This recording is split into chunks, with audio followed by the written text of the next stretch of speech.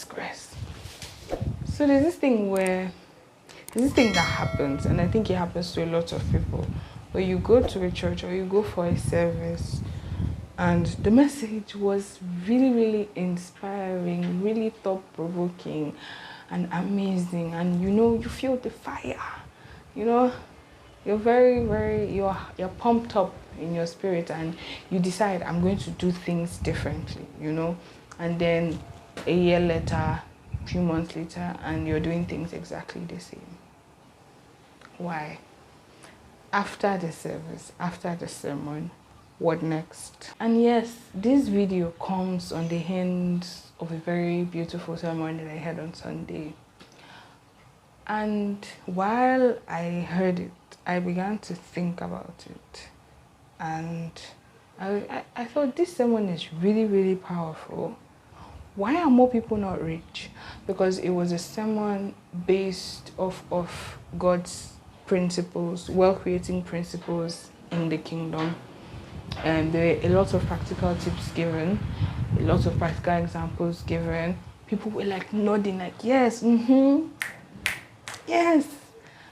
But why are we not rich? Because this is not the first time that we've heard such sermons. Personally, that's not the first time I've heard a sermon like that before. And I have just been stuck thinking, why don't we change? Why are things not getting better?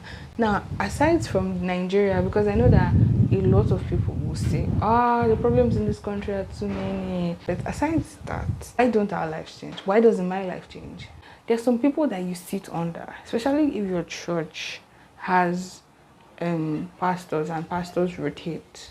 So maybe every 3 years they rotate your pastors. There's some particular pastors that you sit under, and for the period of time when they are your pastors, the quality of their messages are great. So why isn't your life making that 180 shift, that turnaround that it needs? The fire versus the consistency, the fire and then the aftermath. And this goes for every aspect. I'm going to use business as an example as I'm talking about it in this video, because it was a business meeting. It was a seminar or a message, a sermon for people who are wanting to diversify their income and just do business like Christians, which I actually could talk about on this channel. But anyway, you've heard the sermon, you were charged by the sermon. What next?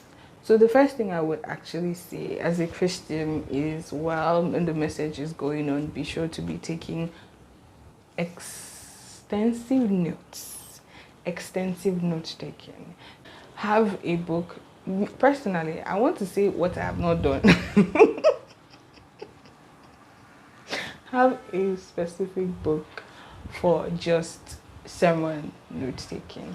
And I have a book for sermon note taking, but the thing is, it's also the same book I do my Bible studying, so it's very, very scattered. But anyway, yes, have a book for sermon note taking. Have a particular notebook that you use to take down notes in church. I know that some churches, some people are against using phones to type or to take notes. I don't really see anything wrong with it. You can definitely use your phone, in my own opinion. Just be sure that your phone is on silent and probably maybe on flight mode, because the thing is, if your data is on or you're connected to the Wi-Fi at your church and you're taking notes with your phone, there's a tendency to want to check messages once they pop in. You'll be like, let me see that, But here's the thing, after you type on your phone or you take notes, that there are some places where your pastor says, we can't talk about this now, but write it down, read it up later. That is the important aspect. It is what you do afterwards that now determines the impact that sermon will have on you. After taking notes in church, when you get back home, probably not on that day, because I know that a lot of people would say, I wouldn't have time on Sunday, I want to rest, I want to go out. And that's fine, that's completely fine. Sometime during the week, maybe on Tuesday, before Wednesday midweek service at least, take time and look through your notes, read them, try and explain them in your own words. I think that things became very, very simple for me. Studying the Bible became very simple for me when I would read it and then I'll talk to myself, basically explaining it as if somebody were to ask me to explain this to them, how would I explain it? I would now try and explain it to an invisible person standing in front of me. Okay, this is what it means. This is what that portion is trying to say. This is how it can be interpreted into our daily life. And then I write all those down. That's my second point. You have to go back and reread those notes, recharge yourself, re-challenge yourself and all that. If you don't do that, nobody's going to do that one for you. And by the time you get to midweek service on Wednesday, there will probably be another message, most likely reinforcing what was already taught on Sunday, that would recharge you again. And then when you come back home on Friday, you read your notes again. On Saturday, you do the study again. And then on Sunday, you're ready again for church. You see, so you've managed to study 3 times during the week. And then in that way, you are not easily forgetting what was taught on Sunday, and it makes it easier for you to constantly remind yourself, this is what I have to do. Which brings me to the next point: decide on action points to be better. So basically, like I said, that Sunday was about business. One of the things that was said on Sunday was that God definitely wants us to do business. The parable that he told of the ruler who went on a journey and gave each of his servants £1 and told them to do business with this until I return. That's the portion that was used, right? So if I were to take that portion, I would begin to write it out as what are the businesses that he has put in my hand, or what are the business ideas that he has put in my head to do, and I'll begin to list them out. It's forcing yourself to do it, what is going to make it a habit. He talked about the job you do, the business you do, trading, buying and selling, and having intellectual property. Then the one that is basically making money for you while you sleep. There were examples like that they were given. So if currently you have a job and you have a business that you do, then you're trying to get these two to work for you. So you begin to think investment. How do I get money to be working for me? Where can I invest in? And you begin to research on that. That is only something that you can do for yourself. Nobody can do that for you. You research on it yourself. You find out the risk, decide what type of risk taker you are, and decide which one you want to go into. They are just things that you have to do for yourself that your pastor cannot do for you. If one of the things you want to do is try and get on social media, get your business on social media, you'd actually not just say to-do list, get my business on social media. The to-do list, number 1, create an Instagram page, or you can start with download the Instagram. You start from there. Create an Instagram page for the business.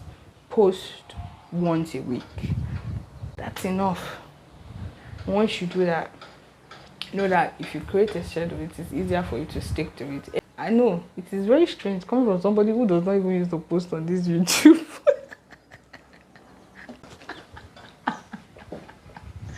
but business-wise, I'm actually very consistent.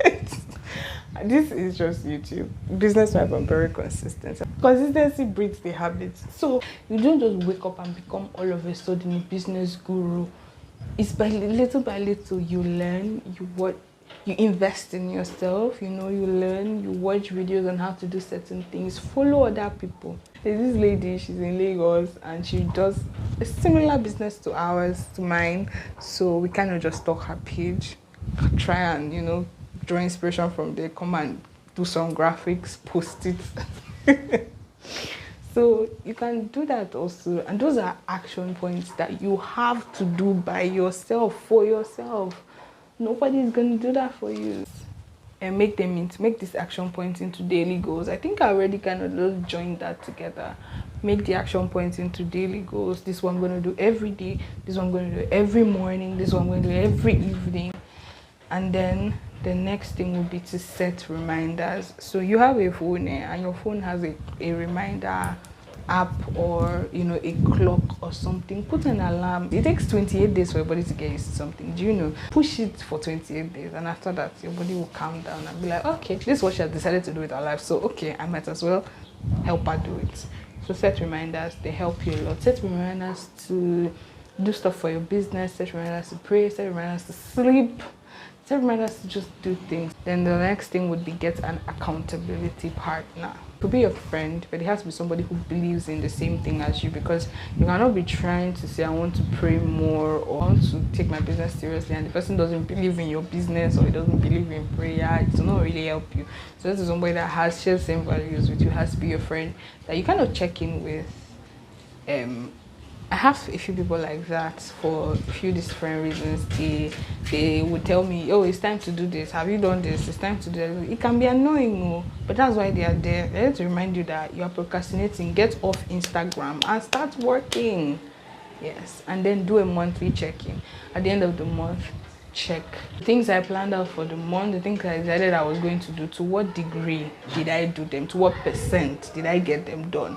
My last point is just rinse and repeat. So just continue doing it. That's my own 2 cents. It has worked business-wise, and it has worked with the level of prayer time that I have now. It works. So I think you should actually try it. I think it'll work for you.